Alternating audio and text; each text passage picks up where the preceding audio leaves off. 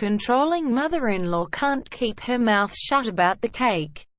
Leads to the whole wedding being called off. The mother-in-law no cake designer wants to meet. Have you ever found yourself in a position where you don't truly know how bad it is until it's too late to get out? You know those types of situations where you don't fully understand the gravity of the disaster that's heading your way until it's right in your face, leaving you no opportunity to retreat. A part-time baker. Less than a href equals https www.reddit.com/r/mil_in_the_wild_cake_edition/greater than who we'll call Missy less than, a greater than, found herself in just that type of situation when she made the mistake of agreeing to help a couple and the groom's Greek mother design a wedding cake. And like any Greek tragedy, this too ends in disaster with no one being left unscathed. You always have to start somewhere. It all started when the couple, along with the groom's Greek mother, came in one morning to design their wedding cake. Almost immediately, Missy knew there was tension between the bride and her future mother-in-law. She didn't know why at the time, but she knew something was up when the older woman sighed and went out to smoke as her son's fiancé grabbed the design book and started gushing over the details about an less than M greater than Alice in Wonderland less than M greater than themed wedding. The mother's attitude should have been Missy's first sign to decline the project and move about her day. But we wouldn't be here if she took the easy way out. It never works out that way. The older woman comes back in and asks what she missed. Missy recalled, quote, her son shows her the designs they like and she automatically starts to complain. No, that's too detailed. That's too plain. That's not big enough. That's too big. It was like listening to an old cranky version of Goldilocks. When Missy tried to figure out how many people would be at the reception, the bride-to-be said there would be 4 guests. But before she could finish her sentence, the mother intervened and said there would be 200. After a back and forth between the two women, Missy tried to step in and bring some order to the room. But it would only get worse. Well, why did I even bother coming if no one will listen? Asked the mother. I don't know why you insisted on coming, the bride fired back. My son is getting married. It's my right to be here, the mother cried out. He's marrying me. You can come along for planning, but I don't need your input. If I want it, I will ask. After this, the mother said she needed a smoke to calm down and walked out. Missy watched as the future bride and groom sat there in awkward silence before the son was sent out to the firing squad. That was his mother in an attempt to salvage the meeting. Then Missy and the bride were finally afforded an opportunity to get started with the planning. They worked out the details on future meetings and tastings, as well as setting up a system where a special password would be required for any future changes. And then the phone rang. The days and weeks went by and Missy thought nothing more of her meeting. But that would soon change when the groom's mother started to call and abuse the bakery staff. I was cleaning my station when the phone rang, Missy said. My co-worker answered and said the call was about a wedding cake. I was desperate to go home, but I had to deal with it since I was the only one there today who worked with any wedding cakes this week. That's when she heard from the bride, or at least someone who was clearly trying to impersonate the bride, on the other end of the line. Hello, I was there this weekend with my husband and mother-in-law to look at wedding cakes and make my appointments, the caller said. I have to make a few changes. Almost immediately, Missy remembered the mother-in-law's distinct Greek accent and everything she tried to pull at the first meeting. The situation had gone from not so out of the ordinary to the stuff of legend with a simple phone call. After she realized what was going on, Missy did everything she could to not allow the mother to mess up the cake. Remembering the password system she had set up with the bride, Missy asked the woman to provide the passcode so they could get started with the changes. But there was only one problem: the mother, still acting like the bride, didn't know anything about the system. Monsieur, staying in character, Missy said that the woman could bring in her ID and prove that she was the bride and they could get everything started. When she was met with crickets, she knew the mother-in-law realized the gig was up. Or was it? It only gets worse from here. We all know that throwing temper tantrums and impersonating people over the phone so you can change your son's wedding cake is bad. But that's nothing compared to what the groom's mother had planned next.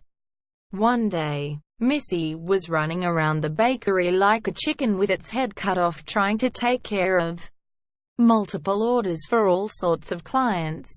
I'm running back and forth between the back and the front just long enough to drop off pastries. When I hear a familiar accent speaking loudly, my butthole puckers because this is not the day for this.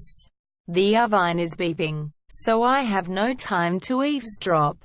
I go about my business and am elbow deep in sugar when the counter girl calls for me. She sounds close to tears. It is worth mentioning that she is 16 years old.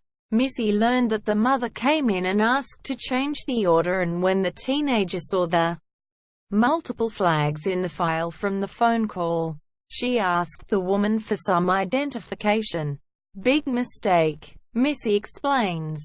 This isn't acceptable to the mother-in-law, who proceeds to turn to the other customers and complain about how useless teenagers are, and how unprofessional and unaccommodating our bakery is. My co-worker asks the mother-in-law to not bother the other customers, offers her free coffee and pastry as an apology, and she responds by calling the poor girl a stupid brat.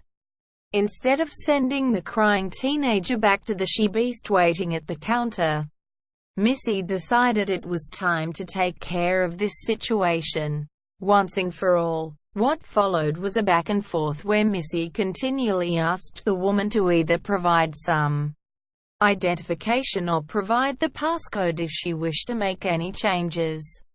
After she finally accepted the fact that she wasn't going to get what she wanted, the mother-in-law stormed out of the bakery and jumped into her carriage. For some reason, Missy knew that this wouldn't be the end of the shenanigans. Then they all came together again. Although Missy knew this fight was far from over, she had no idea the next round would come so soon. Can't this part-time baker catch a break for a change? My manager came in shortly after my lunch break and she told me to give the bride a call, Missy recalled. The mother-in-law came in shortly after and my manager took her into her office. I called the bride and explained what happened. She directly asked me if I recognized the woman and I answered honestly. She asked what time my manager and I were off and said she was coming in, setting up for another knockout round in this seemingly endless fight over a wedding cake. Missy awaited the couple's arrival. The mother-in-law is still in the office with the manager when the bride comes in along with her fiancé, who looks furious while the bride looks close to tears. I leave them with hot chocolate and donuts while I go to let my manager know they're here. She asks me to bring them back along with a co-worker, Missy recalled. The mother was absolutely smug as she watched Missy and her co-worker walk into the office. But her expression quickly turned sheet white when she saw her son among their ranks. The groom called out his mum as soon as he saw her, and even more so when she started speaking in Greek. Mum, no. Speak English, he cried out. Quote, the bride doesn't speak Greek and you know it. You are being rude. What are you doing here?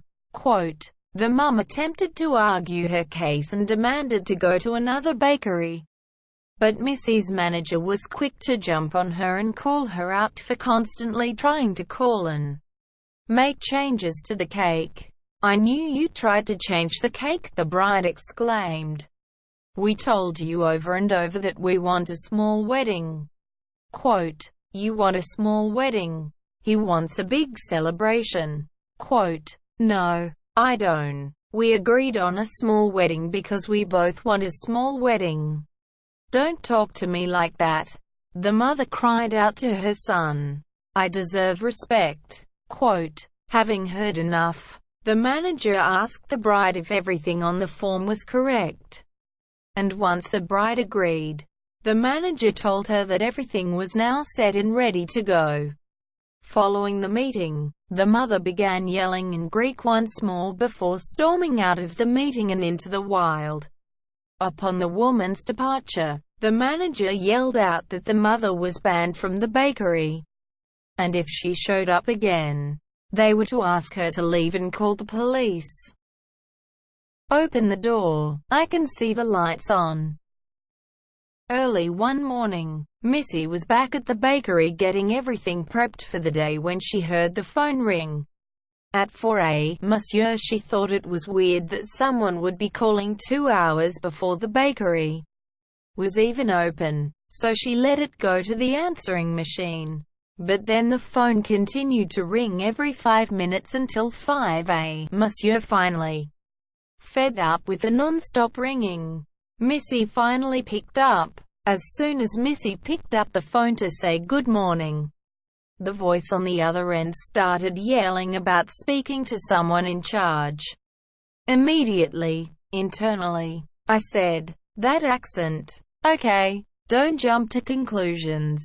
It might be someone else with that same accent, she recalled. But externally, I said, I apologize, ma'am, but we're closed at the moment so. But before Missy could finish her sentence, that oh-so-familiar voice on the other end of the phone butted in. No, don't lie. You are less than M greater than not less than M greater than closed, yelled the mother-in-law. Missy made an attempt to convince the woman that the bakery wouldn't open for a few more hours, but was quickly cut off. No, I need help now. You lie. I know you are open now. Open the door. I can see the lights on. Quote, less than M greater than record scratch. Less than M greater than. Missy continued. Now, I am going through some stuff right now that has me genuinely terrified about 80% of the time. I am an anxious mess 95% of the time. The only way this woman could see the kitchen light is if she's at our front door with her face against the glass, so I overreact, freak out, hang up on her, and proceed to have a panic attack over the sourdough. And like any good horror movie, the phone rang 2 more times before finally going silent. Terrified by what she experienced, Missy texted a warning to her manager asking for help. Missy's manager was there within 15 minutes and Missy finally started to calm down. But that feeling of comfort was short-lived when they went outside where they found 20 half-smoked Marlboros right outside the door. I had swept the sidewalk entrance before I went inside. So we think she camping out for a good while, Missy recalled. My manager decides right then that we're no longer allowed to open or prep alone and there have to be at least 2 people on shift at all times. Who camps out by a bakery before the crack of dawn smoking and making phone calls? A crazed mother. That's who. Let's end this, once and for all. After the early morning scare, the owner of the bakery informed Missy that she wouldn't be taking any more chances risking her employees' safety and decided to end this once and for all. She called the couple, explained what had happened, and told him that she was going to call the police the next time the mother showed up. Missy said she said she would understand if they switched bakeries and she would refund their deposit with no problem, but she would not allow her employees to be harassed or scared. The bride apologized for the mother-in-law's actions, assured her there would be a conversation about her behavior, and didn't want to switch bakeries because both she and her fiancé were impressed with the professionalism and safety given to the cake. They also supported the owner's decision to call the police. If we were dealing with a rational person, this would be the end of the story. Unfortunately for Missy, she wasn't dealing with someone in the right state of mind. That settles things, right? Why was the groom's mother doing this? What was she trying to prove, and what was she trying to gain from all of this? During a meeting with the bride, Missy learned that the mother-in-law had been that way ever since the engagement. She would show up randomly without warning or an invitation, try to take over the planning, and kept leaving messages. All of that sounds familiar, right? Missy also learned that the problem seemed to start with the girl's fiancé. He would never stand up to his mother and said that he was stuck between two important women. He even tried to argue in favor of having his mum plan more of the wedding because she couldn't afford to have the wedding she wanted when she wed many years ago. I gently reminded her that this was less than M greater than her, less than M greater than wedding, not her mother-in-law's, and she laughed. She apparently told her fiancé he could go marry his mother if he was so keen on giving his mother the wedding of her dreams instead of his future wife, Missy wrote. The bride must have really taken Missy's advice to heart, as she quickly informed her that the mother-in-law was not only no longer allowed to help with any of the planning, she was also banned from the wedding entirely. The bride gave her future husband an ultimatum: if his mother is there, his wife-to-be will not be. He agreed to these terms. But would his mother? The answer is no. The answer is no. Come on. What did you expect? Did you honestly think she would stop once she was banished from the wedding? The endless barrage of phone calls had become nothing more than background noise for Missy and the other members of the bakery's staff. It was the same thing every time the mother-in-law called. Missy would pick up the phone and the woman would hang up. This would go on for hours each morning until someone else picked up the phone. Once she had the unassuming victim on the phone, she would once again try to make changes to the cake. I overhear my teenage co-worker getting upset on the phone again, so I pause and eavesdrop, Missy wrote. She keeps repeating that she's sorry, but there's nothing she can do over the phone. A few seconds later, I can hear yelling through the phone even though I'm several feet away.